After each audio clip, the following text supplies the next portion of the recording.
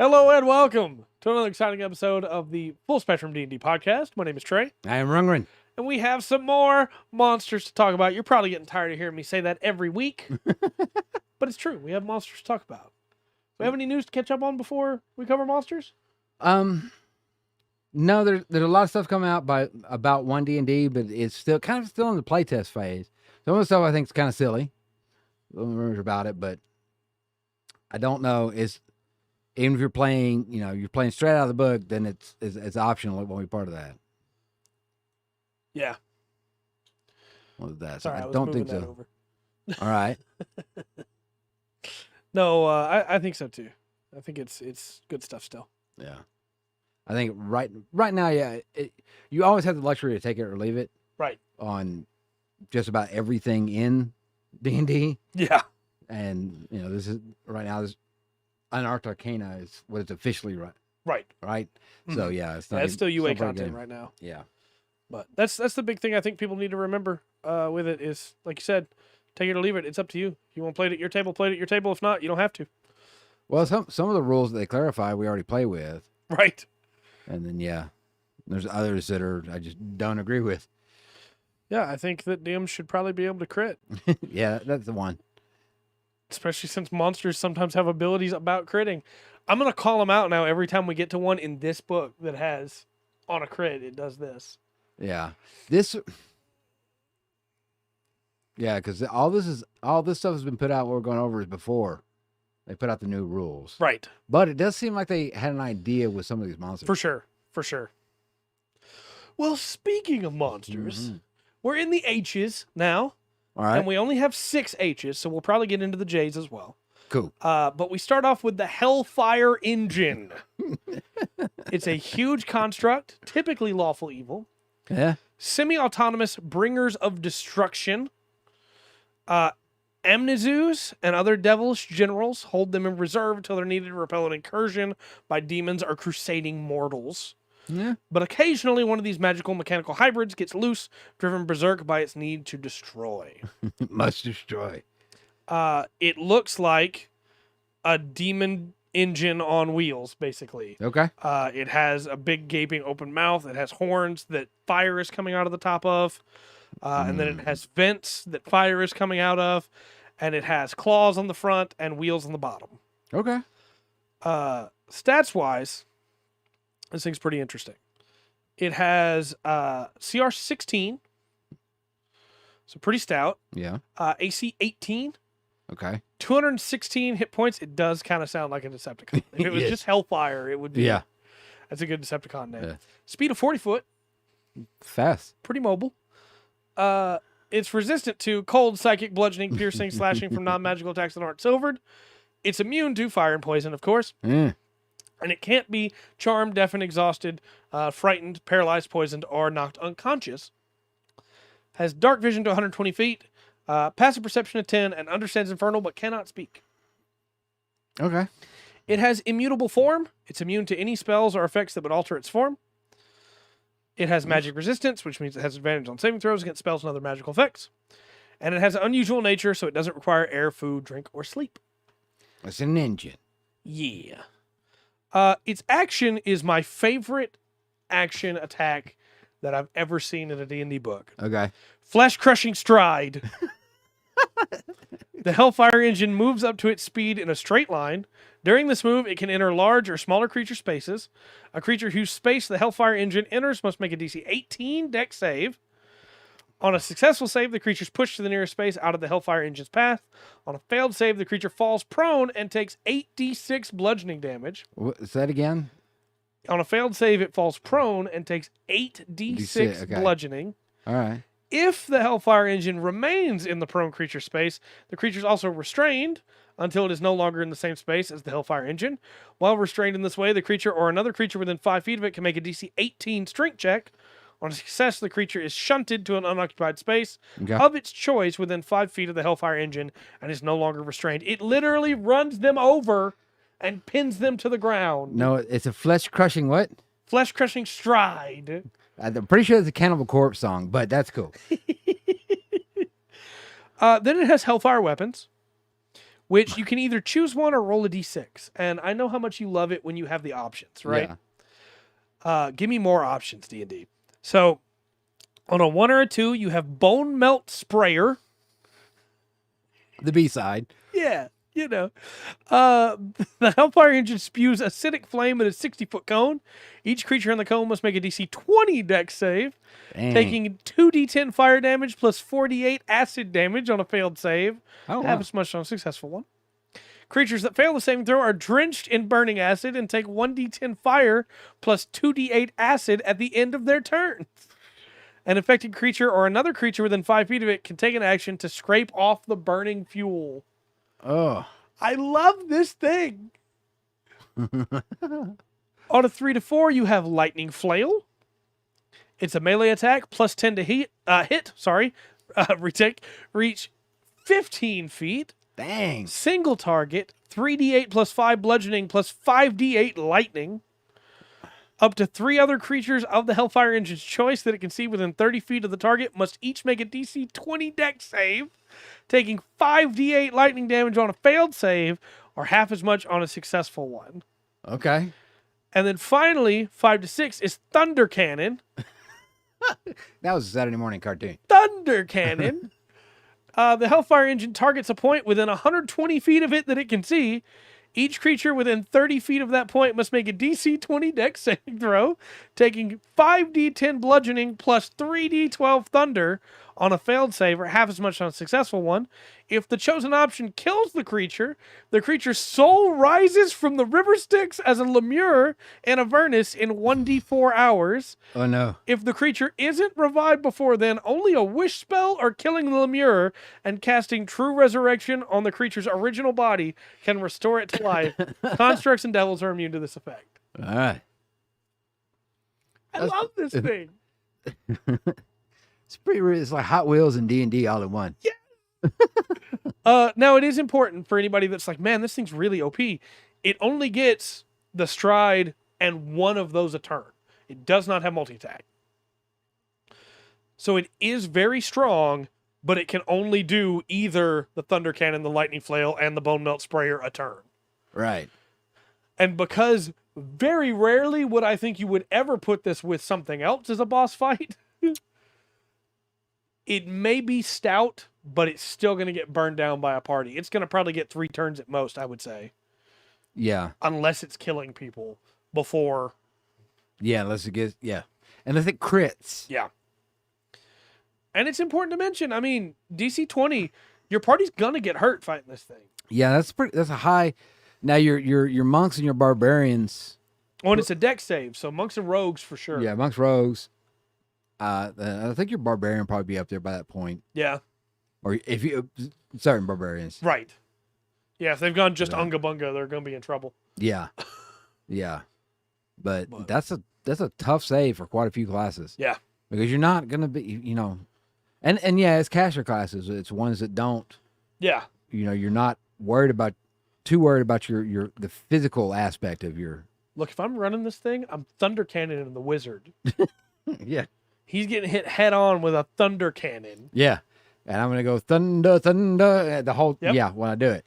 Dun, dun, dun, dun, dun, dun, dun, dun, dun. I sped it up so I get the whole thing in that little window. Very good. So this is my favorite monster of the night so far. And spoilers, probably going to stay that way.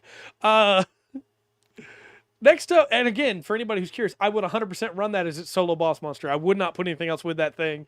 You put anything else with that thing, and it's going to become a deadly encounter real quick. Get 4 of them around, circle the party. And then you have a big, cultist jump off the top. Yeah. And it's Mad Max all over again. Mad Max in hell. Next up, we have the Hobgoblin Devastator. These are hobgoblins with a prodigious talent for magic and become spellcasters who can call down fireballs and other destructive magic in defense of the court they serve, whether that's the Feywild, the material plane, or whatever. Okay.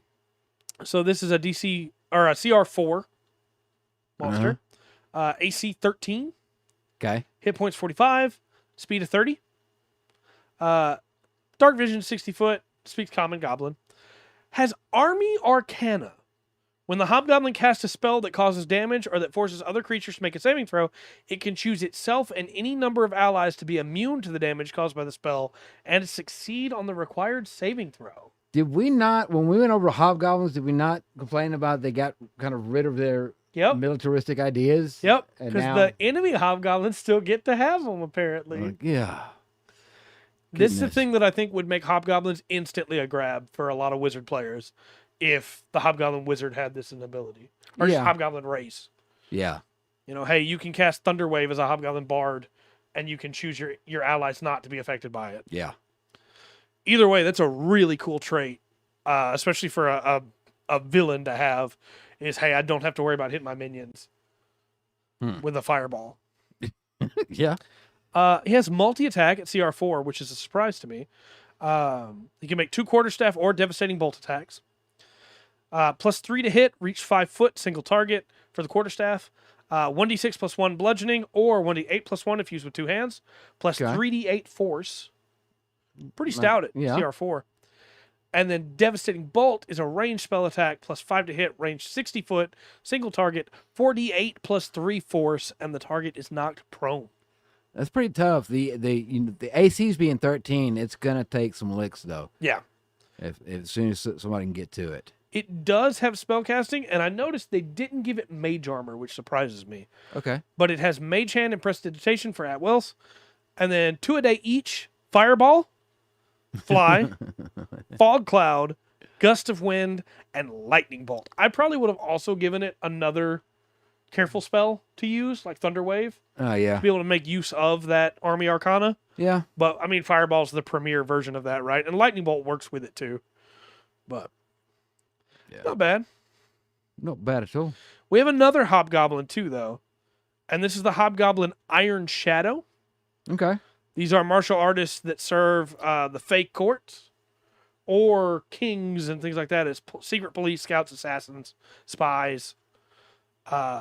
Really interesting way for the Hobgoblin to go, too, because Yeah. it feels like they took the Hobgoblin race away from this in a big way.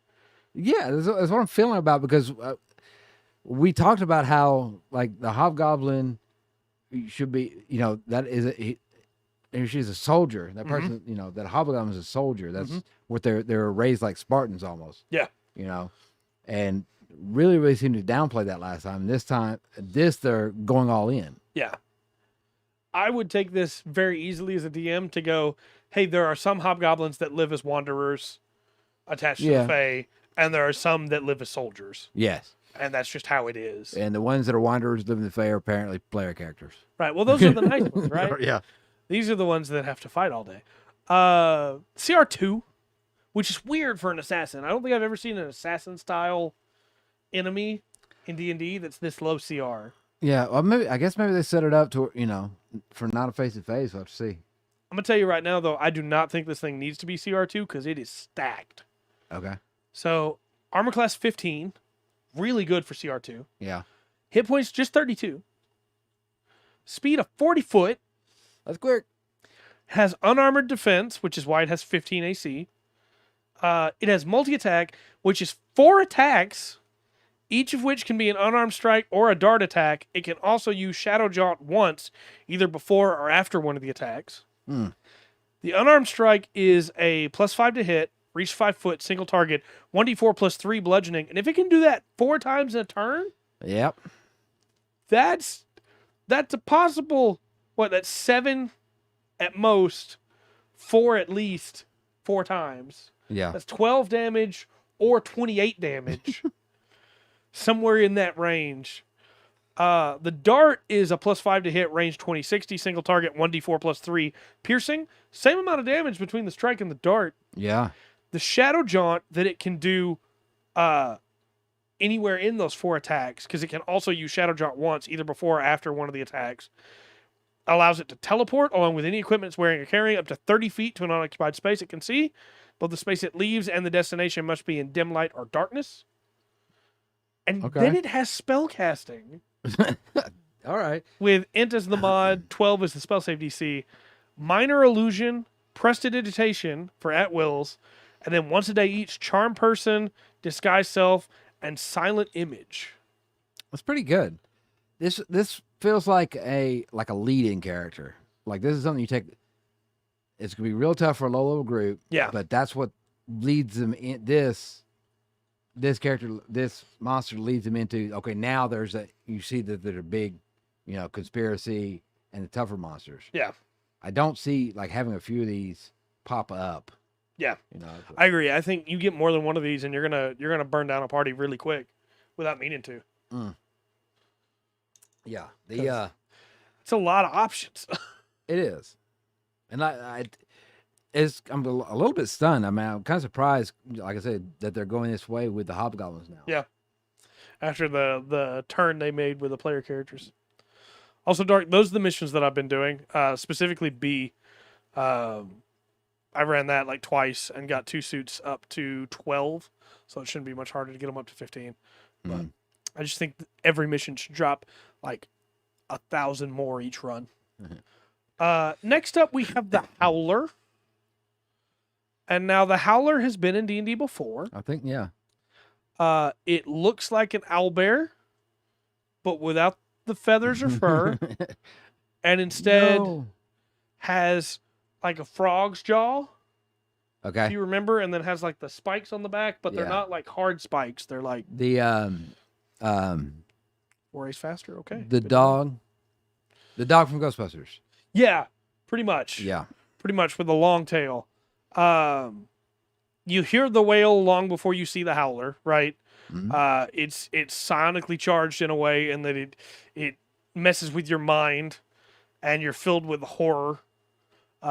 They're creatures that are native to Pandemonium, but they can be found on most of the lower planes, where they're trained as warhounds, and they can be domesticated, but be very careful when doing so, because they're still Howlers. Yeah, yeah. We have a thing from Mordenkainen here, who says, "Why does the Howler sing? Doing so causes its prey to flee, and surely stealth would make for better hunting in howling Pandemonium. There is only one answer. The creature can taste fear." Ugh. That's a nice little quote. Yeah. So the Howler now is CR 8. AC 16. Yeah. 90 hit points, speed 40 foot. It's resistant to cold, fire, lightning, bludgeoning, piercing, slashing for non-magical, and it can't be frightened, of course. And has a passive perception of 15 with dark vision to 60 feet. Okay. It has pack tactics. Man, I keep thinking that, this thing's going to go really good with the Slasher and the Juggernaut. Yep. That we talked about. In Ravenloft? Yes. Yeah. Pack tactics, of course, for anybody who doesn't know, is advantage on attack rolls against a creature if it has at least one of the Howler's allies within 5 feet of the creature, and its ally isn't incapacitated. It has multi-attack for 2 rending bite attacks. The rending bite is a +6 to hit, reach 5 foot, single target, 2d6 plus 3 piercing, plus 4d10 psychic damage if the target's frightened. The attack ignores damage resistance. Okay. Then it has, on a recharge 4 to 6, a mind-breaking howl. The Howler emits a keening howl in a 60-foot cone.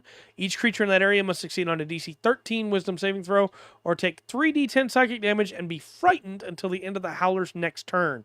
When a creature is frightened in this way, its speed is halved and it's incapacitated. A target that successfully saves is immune to the mind-breaking howl of all Howlers for the next 24 hours. So you have it howl, and then on its next turn, you have it bite. Yeah. It's a nasty little monster. Yeah. And it's not set up like a boss. No, it's not. It's made to run with a couple of these together. Yeah. Or this working with something else, something that's trained it. Yeah. And it is a fiend, so, There you have it. Lots of options there. Next up, I know you're prepared for this one, because you love to talk about the boss monsters that were given in this book. I have for you Hutagen. Okay. Hutagen is, of course, a Duke of Cania and a loyal servant of Mephistopheles. Okay. Lesser devils, are filled with fear and loathing as Hutagen his name is spoken. He commands 2 companies of pit fiends, which you can easily include in your campaign, Yeah. Most people don't know him outside of the 9 Hells. only the most learned infernal scholars. He does have cults of his own, but the servants are very few in number, and he doesn't want cults, so he doesn't actively search for cultists. Okay. So he hates mortals. That's his thing. If mortals try to become cultists of his and he finds out about it, they die. He literally just kills them. Yeah. So he's not allowed to step out on the mortal plane too often, or the material plane, because of Mephistopheles. But sometimes he goes anyway. Yeah, he's big. CR 21. Oh. AC 19. Hit points 200. 30-foot walking speed. 60-foot fly speed. Wow. Very fast. He's resistant to cold, bludgeoning, piercing, slashing from non-magical that aren't silvered, of course. Yeah. And he's immune to fire and poison. And then he can't be charmed, exhausted, frightened, or poisoned. He has true sight to 120 feet and a passive perception of 21. And he can speak all languages with 120 feet of telepathy. Yeah. Yeah. Not hiding or fooling this guy. Nope. What I love so much about this stat block is that it's full. I have so much to go through here, but all of it just reminds me how much he hates people. He's just like me, for real. He has Infernal Despair, which is each creature within 30 feet of Hootagen that isn't a devil makes saving throws with disadvantage. Oh. He just hates you so much. Yeah. You make disadvantage on all your saves. Wow. He has 3 legendary resistances a day. He has magic resistance, and he has regeneration. He regains 20 hit points at the start of his turn. If he takes radiant damage, it doesn't function, and he can only die if he starts his turn with 0 HP and doesn't regenerate. Dang, yeah. He has multi-attack for 4 attacks, 1 bite, 1 claw, 1 mace, 1 tail. The mace is a plus 15 to hit. Okay. Reach 5 foot, single target. 2d6 plus 8 fire. And the target must succeed on a DC 22 con save or become poisoned. While poisoned in this way, the target cannot regain hit points. And it takes 3d6 poison damage at the start of each of its turns. That's crazy. The poison target can repeat the saving throw at the end of each of its turns, ending the effect on itself on a success. He's going to hit you. Yeah. He's going to poison you. And it's going to hurt. And you're not going to be able to heal till you save. That's pretty rough. And you have disadvantage on those saves. Yeah. If you're within 30 feet of him.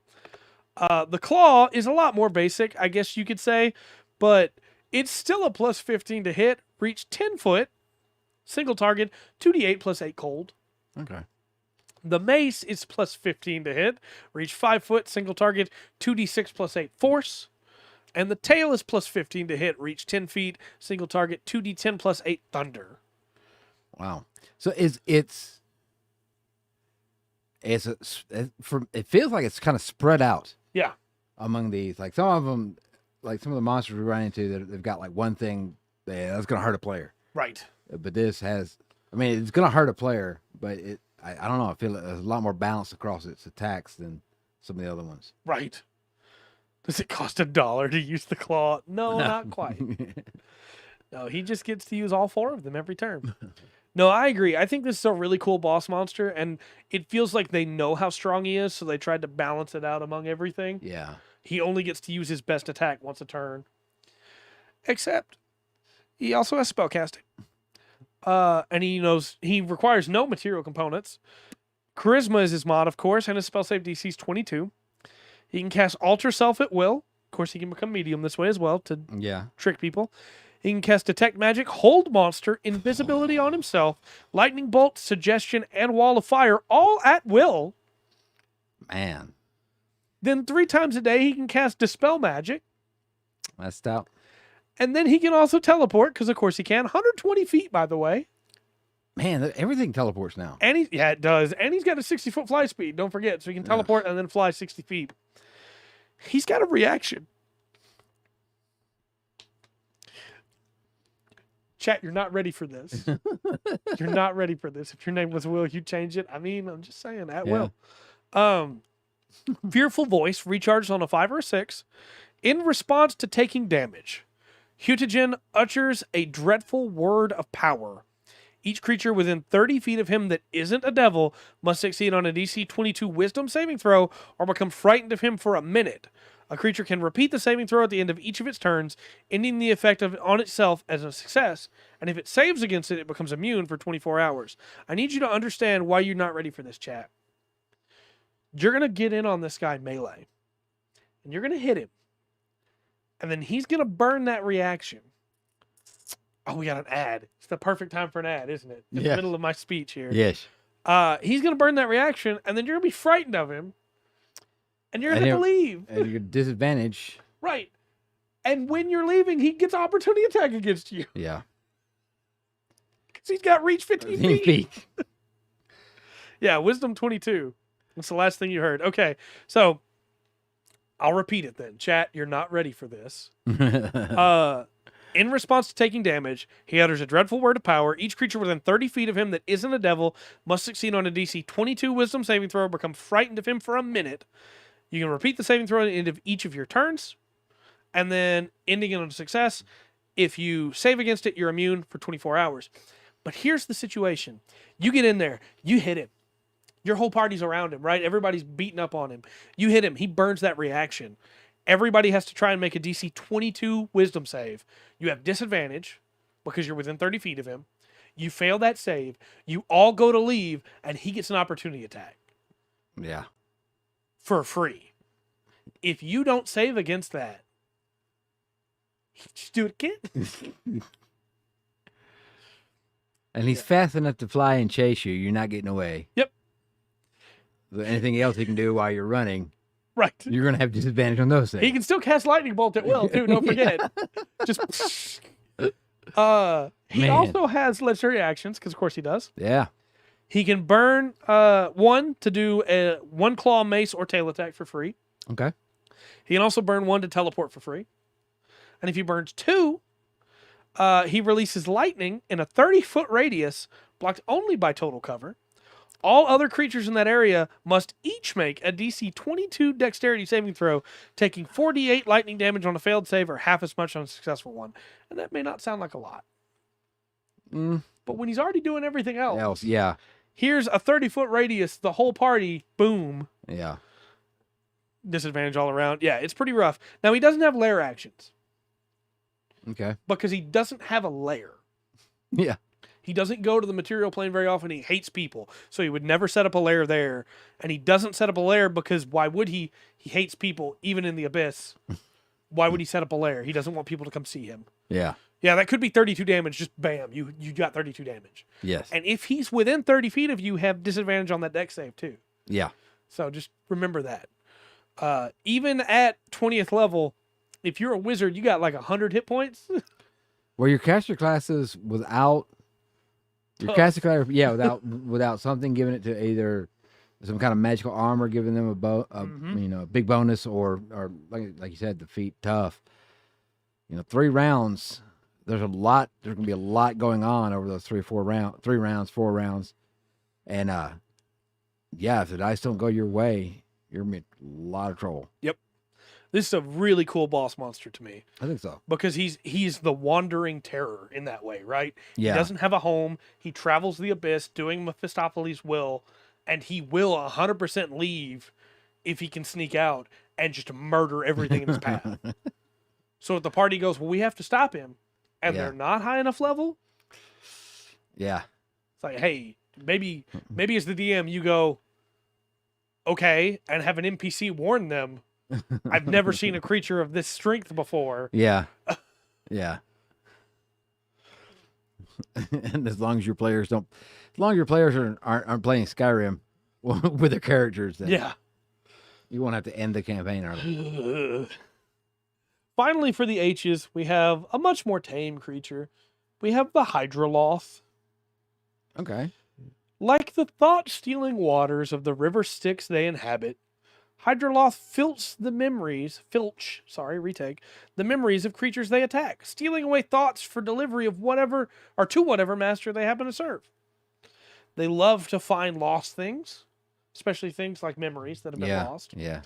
And they often fight underwater, and they have no equal among Yugoloths underwater.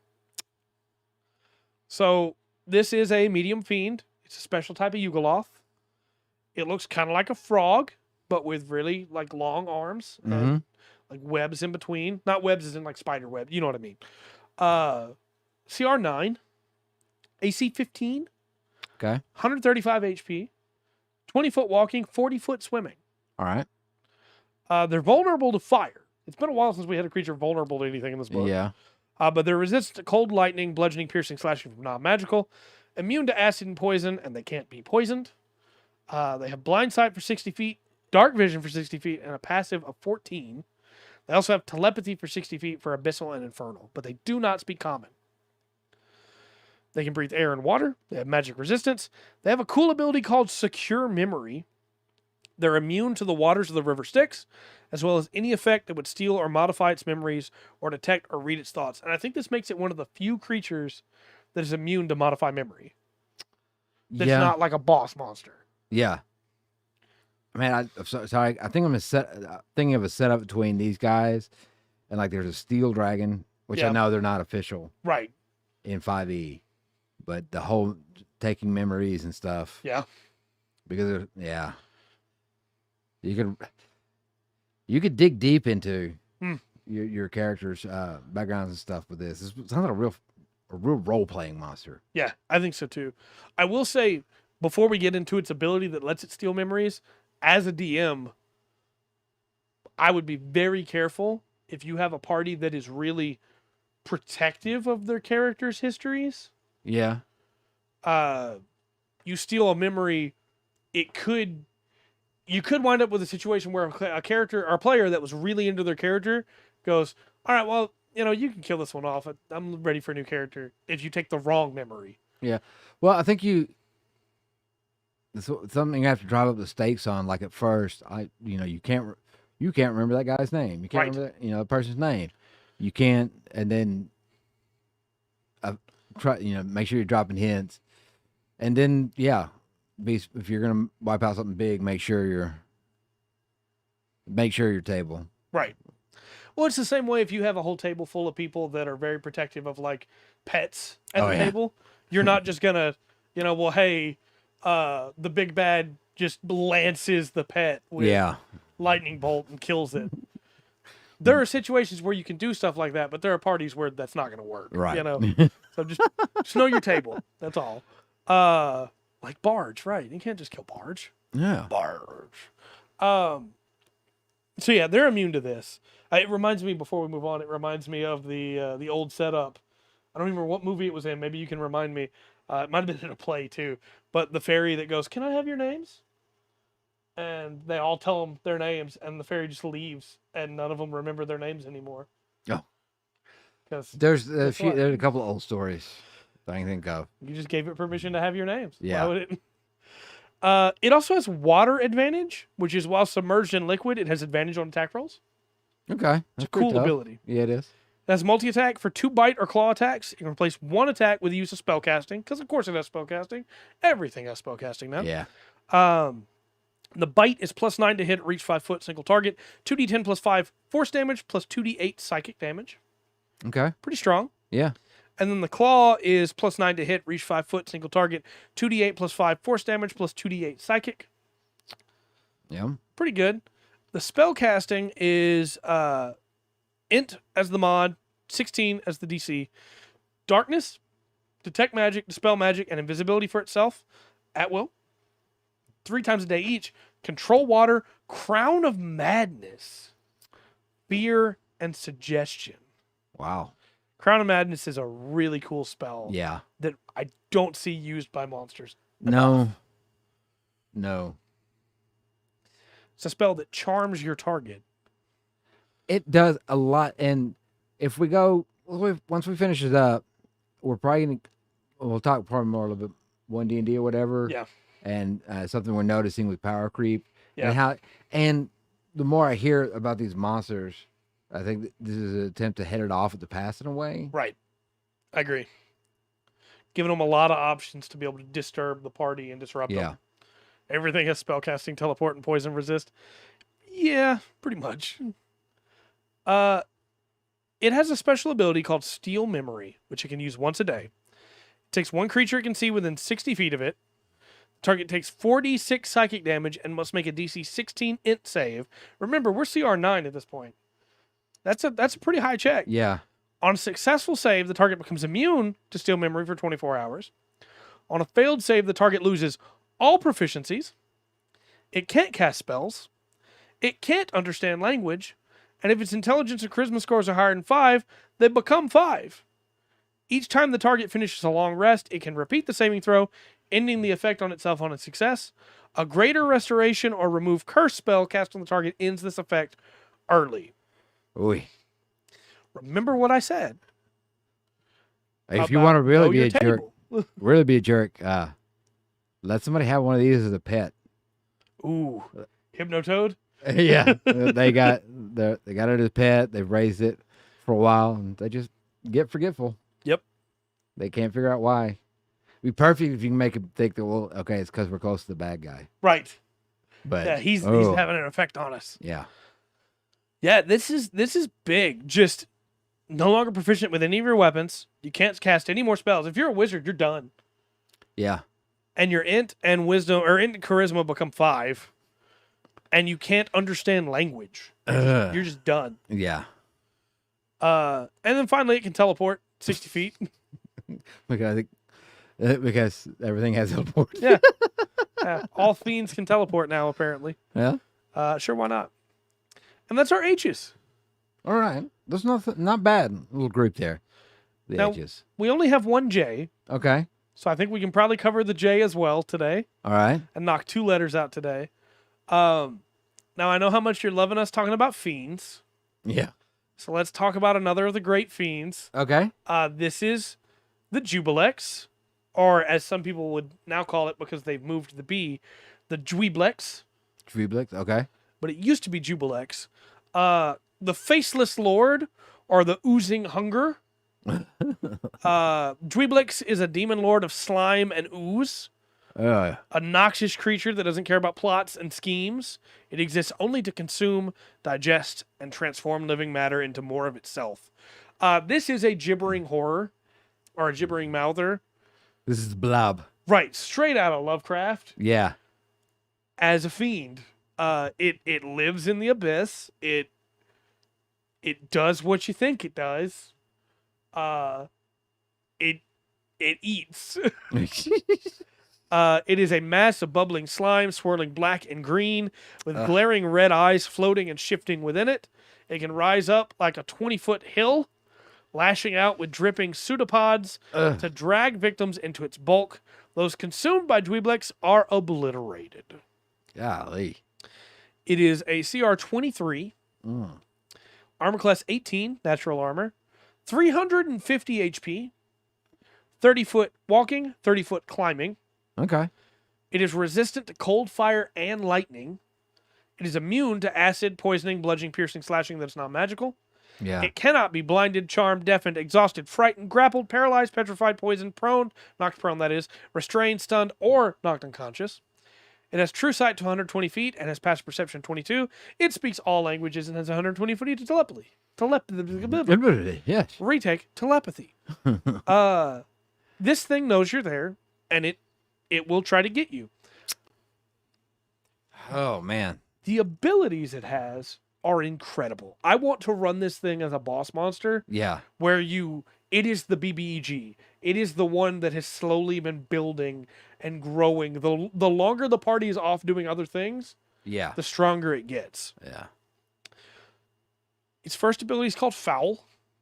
Any creature other than an ooze that starts its turn within 10 feet of Juiblex must succeed on a DC 21 con save or be poisoned till the start of the creature's next turn. Ooh, okay. Just if you're at 10 feet, you're poisoned. Then it has 3 legendary resistance a day. It has magic resistance. It has regeneration, still fire or radiant this time, not just radiant. But it's resistant to fire, so you're not going to do a lot of damage, but you'll stop it from regenerating. It has spider climb, which means it can climb difficult surfaces, like upside down on ceilings, without needing to make ability checks. Yeah. Imagine this thing just drops in on the party. Yeah. It has multi-attack for 3 acid lashes. The acid lash can be melee or ranged. Okay. Plus 14 to hit. Reach 10 foot or range 60, 120. Single target. 4d6 plus 7 acid. and any creature killed by this attack is drawn into Juiblex's body, where the corpse is dissolved after 1 minute. Okay. You're kill him fast if he eats you, or if he eats a party member. It's the god of oozes. Yep, pretty much. Eject slime, which recharges on a 5 to a 6. Juiblex spews out corrosive slime, targeting one creature it can see within 60 feet of it. The target must succeed on a DC 21 Dex save, or take 10d10 acid damage. Unless the target avoids taking all of this damage, any metal armor worn by the target takes a permanent -1 penalty to AC, and any metal weapon the target is carrying or wearing takes a permanent -1 penalty to damage rolls. Yeah. The penalty worsens each time a target is subjected to this effect. If the penalty on an object drops to -5, the object is destroyed. The penalty on any object can be removed by the mending spell.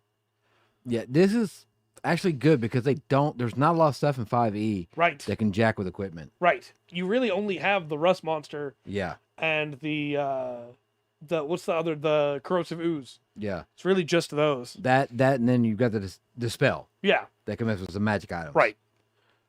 So His name interesting. is Ivan It's- Ooze. Ivan the Ooze. I love this effect. Okay.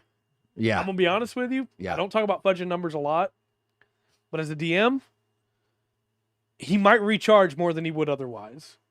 And I'm not saying I'm gonna attack the same person every time with it to try and destroy equipment, because I think that might be cruel. Yeah. But maybe spread it around a little bit and make sure the party realizes they're not as strong as they think they are, because a lot of their strength is dependent on these magic weapons and magic armor. Yeah. Oh man, I don't know. I like this monster. I like the idea of it being an ooze. Yep. So you can use properties of oozes like getting through a gap. Yep, for sure. 1-inch gap. I like this monster. He has more. He has spellcasting, Of course. because he's a fiend. All fiends can spellcast now. Yeah. He can't teleport though, which is interesting. All the other fiends can teleport except him. I guess because he's an ooze. His wisdom is his spellcasting mod, and 20 is the save. Golly. At will, he can cast detect magic. 3 times a day each, he can cast contagion and gaseous form. Okay. Great spells. Yeah. Then of course he has legendary actions. He can burn 1 to do an acid lash, just another attack. Yeah. But if he burns 2, he makes a corrupting touch. Melee attack plus 14 to hit, reach 10 foot, single target, 46 plus 7 poison, and the target is slimed. Till the slime is scraped off with an action, the target is poisoned, and any creature other than an ooze is poisoned while within 10 feet of the target. Yeah. Pretty cool. It's gross. Then he has lair actions. Ugh. Because of course he does. Green slime is the first one. A green slime appears on a spot on the ceiling that Juiblex chooses within the lair. The slime disintegrates after an hour. Okay. Then we have the slippery slime. Yeah. Also, I wanted to mention, we don't normally talk about what the lairs are called, because a lot of the creatures haven't named their lairs, Yeah. but Juiblex has, and it's known as the slime pits. Oh, okay. Pretty sure that was Battletoads level. Right? Slippery slime. He slimes a square area of ground that Juiblex can see within the lair. The area can be up to 10 feet on a side. When the slime appears, each creature on it must succeed on a DC 21 dexterity saving throw or fall prone and slide 10 feet in a random direction determined by a D8 roll. When a creature enters the area for the first time on a turn or ends its turn there, the creature must make the same save, and the slime lasts for an hour or until it's burned away with fire. If it's set on fire, it burns away after 1 round. Any creature that starts its turn in the burning slime takes 4d10 fire damage. Yeah. Consequences for where you stand. Yep. Then there's sticky slime. Gross. He slimes a square area of ground it can see within its lair. Can be up to 10 feet on a side.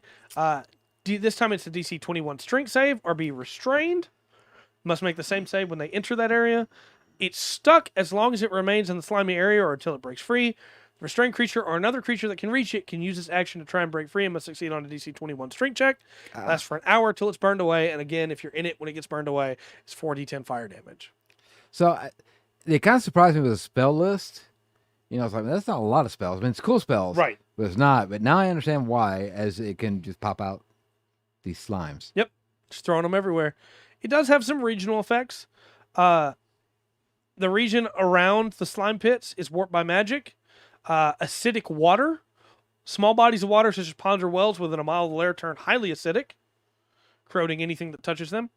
Within 6 miles of the lair, all medicine and survival checks have disadvantage. Hydrate. Oh, I missed the hydrate. I'm sorry. Thank you. And then surfaces within 6 miles of the lair are frequently covered by a thin film of slime, which is slick and sticks to anything it touches. That's interesting. I think it'd be because if the battle goes on, which it sounds like it's kind of set up to where the battle's going to last a while. Thank you.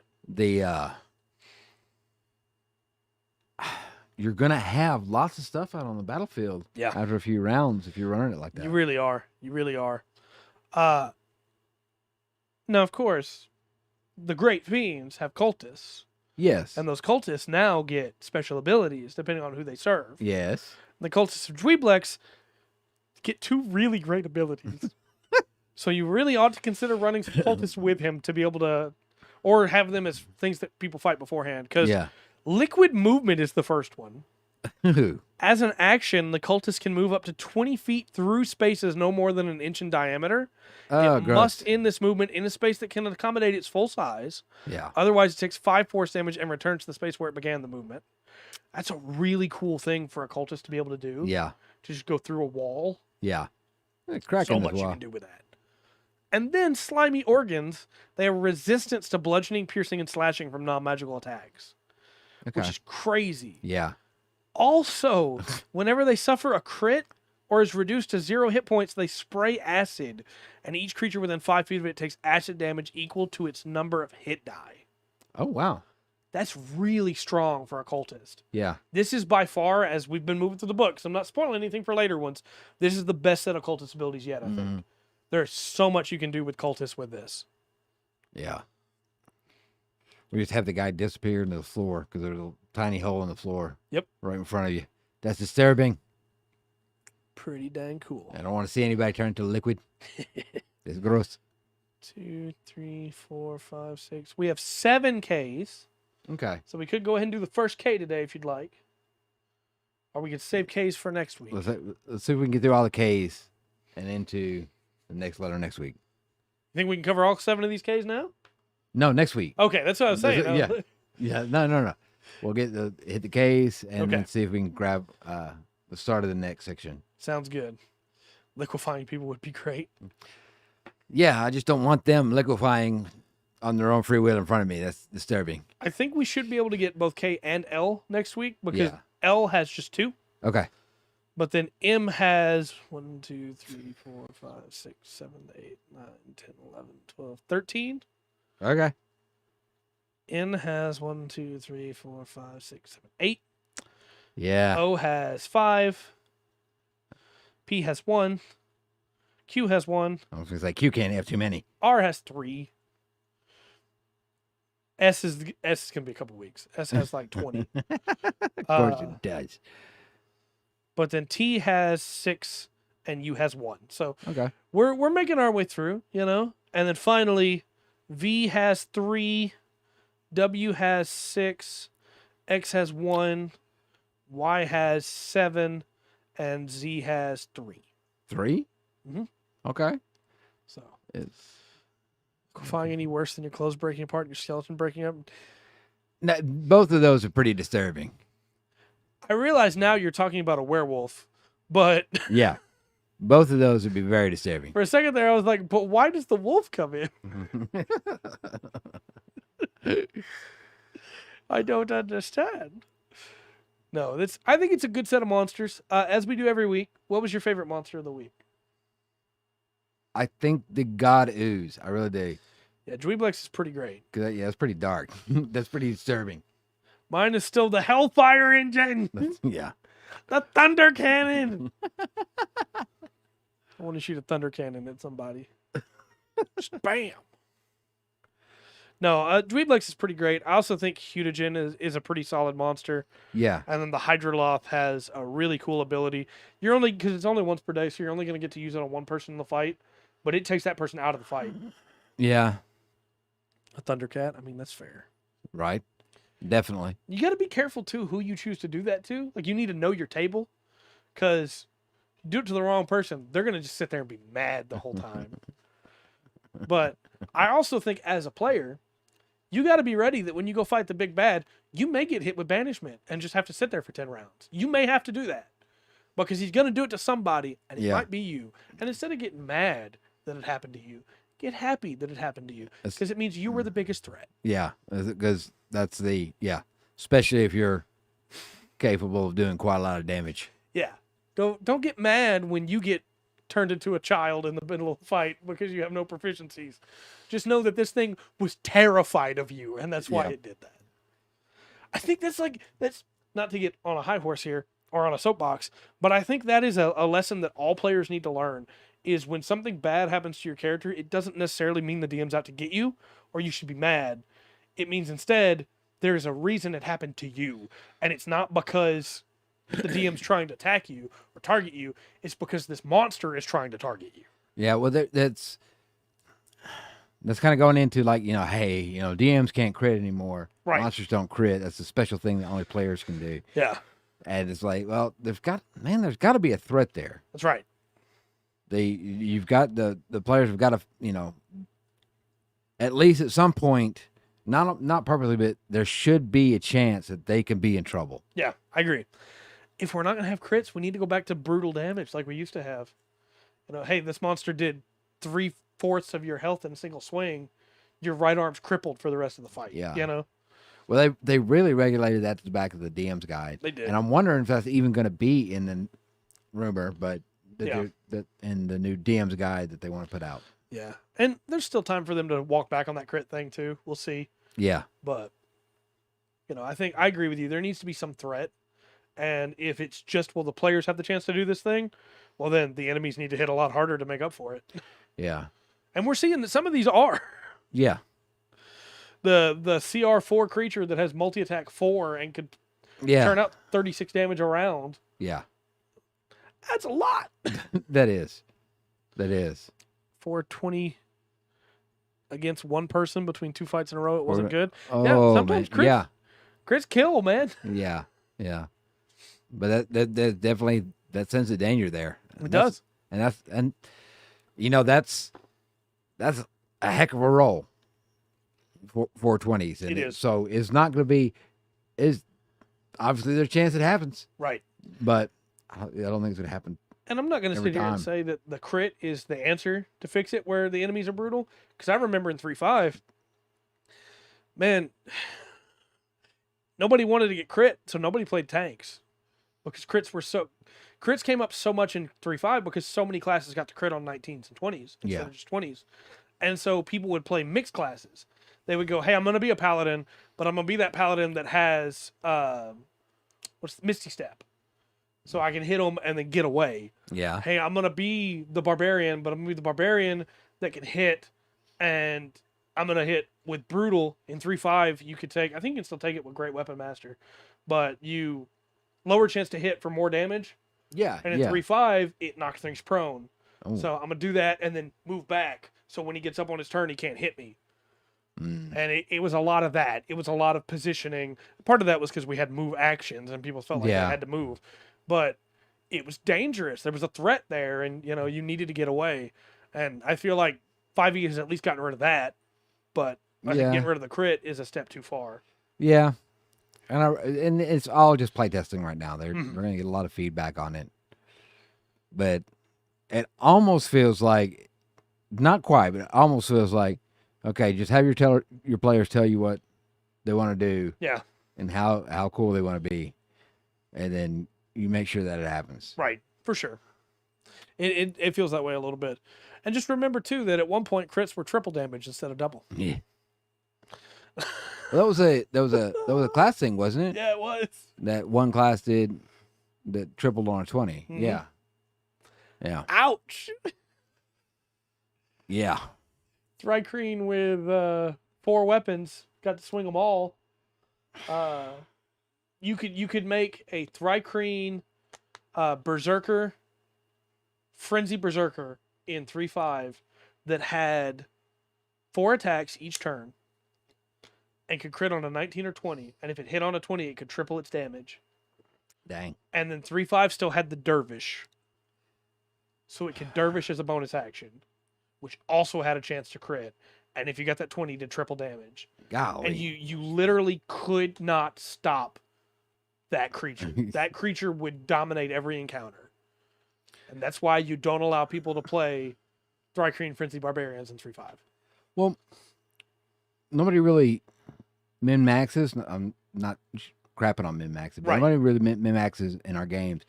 And even without that, we had a character that was like, by rule, I'm not going to pull any surprises on that character. Right, for sure. Because their passive was so high. Doesn't get rid of, let's say crits, it just changed it. 20 to anything. That's on the player side. Yeah, we're talking about on the DM side. Yeah, sorry. DMs can't crit anymore. Yeah. In the Unarched Arcana anyway. Yeah.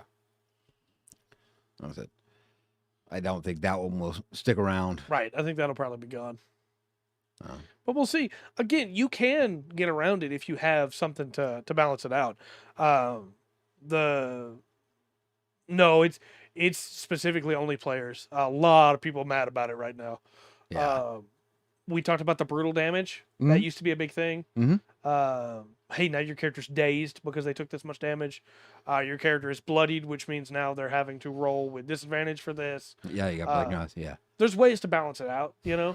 But I think crits are the easiest way to roll around it. Yeah.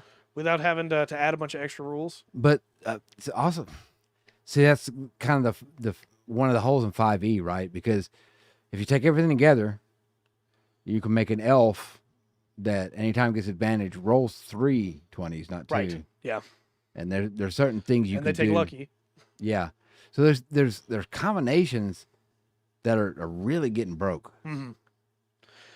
And there's not much you can do to balance those combinations out without just removing entire features. Yeah. So makes it tough. But we'll see how it goes, because it all still on Unarched Arcana right now for that. Well, some of it you can break, and I don't know how it affects the game. Like if you make a human rogue, right? Yep. Or human bard. So you get skilled, and you want to take skilled because it's stackable. Yeah. And then when you get up to C levels, you get skilled again. Right. You're pretty much proficient in everything with expertise in like 4, 5, 6 things. Jack of all trades. Yeah, even beyond that, you're. Well, yeah, that's true. You're really much better at everything than anybody. When you're proficient in everything and expert in like 6 different items. Yeah. Well, it also feels like we've gone kind of 5e for sure has gone kind of away from, hey, this is the member of the party that's good with Arcana. This is the member of the party that's good with history. Yeah. Because it kind of falls to, well, everybody can kind of do them well enough. Yeah. Yeah. People would hate the 1D&D thing as much as, then it'd be like Pathfinder 2e. Monsters have the same rules. I think it has to be a balance, right? Because I think that a lot of the cool new stuff monsters aren't getting anyway, and they're getting a lot of cool stuff in this book that they didn't have before, right? Yeah. But when you remove their ability to crit, then the monsters, it makes the monster more consistent for sure. The monster's always going to put up the same amount of damage, but it also means it's consistent on the player side too. They fight that monster a second time, they know what kind of damage that monster can put out. Yeah. They don't have to worry about a crit. They can just be up there. It's tough. It's something that playtesting is what's going to reveal whether it works or not. Because we could be a month from now, we come back and say, hey, actually, the new stuff they've added to monsters makes it where crits really aren't important. Yeah, it just, and look, I think we talked about that before. In the D&D world, it has been really player based. Yeah. Or directed towards the players. And I think we got some highlights for DMs. Yeah, we have. But this book's one of them, in my opinion. I know we've been on this book for a long time, but it's because the monsters in here are really good. These are dang good monsters. Yeah. We have to see how playtests go, and what happens with it, and where they're going to go with it, because it's a different company now. It's there's a lot of stuff coming out for D&D 1. Right. People talking about the virtual tabletop, and people have concerns on that, of course. But there's still the hardback books that are being put out to play the game. Yeah. So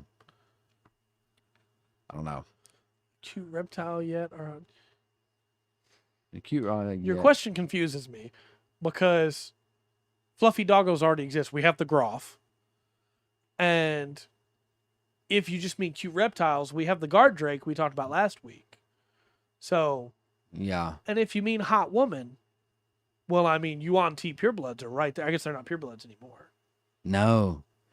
But oh yeah, in this book, there've been cute reptiles and hot women for sure. Been hot demon creature things too, for if you're into the guy side of things. Just Slimes. you need to get an Amazonian campaign going. Yeah.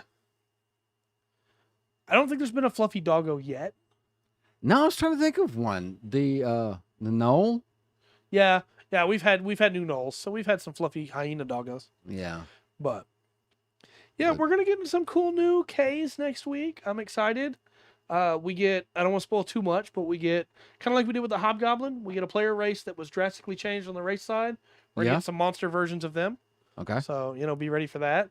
And then we're gonna get a brand new monster for D&D, but that should have been here a long time ago because it was in the old Legend of the Five Rings tabletop. Okay. And has become way more popular in popular media. So I'm really excited when we talk about the Kirin. Oh, okay. Not Kryn. No, not Kryn. That's coming later in the year. The Kirin. Okay. Or the Kirin, if you hear people talk about it online. All right. Yeah. Really cool creature. I'm excited to talk about it next week. So until next time, though, I've been Trey. I've been Rungren. We've been the Full Spectrum D&D podcast. Remember to always enjoy the full spectrum, the D&D.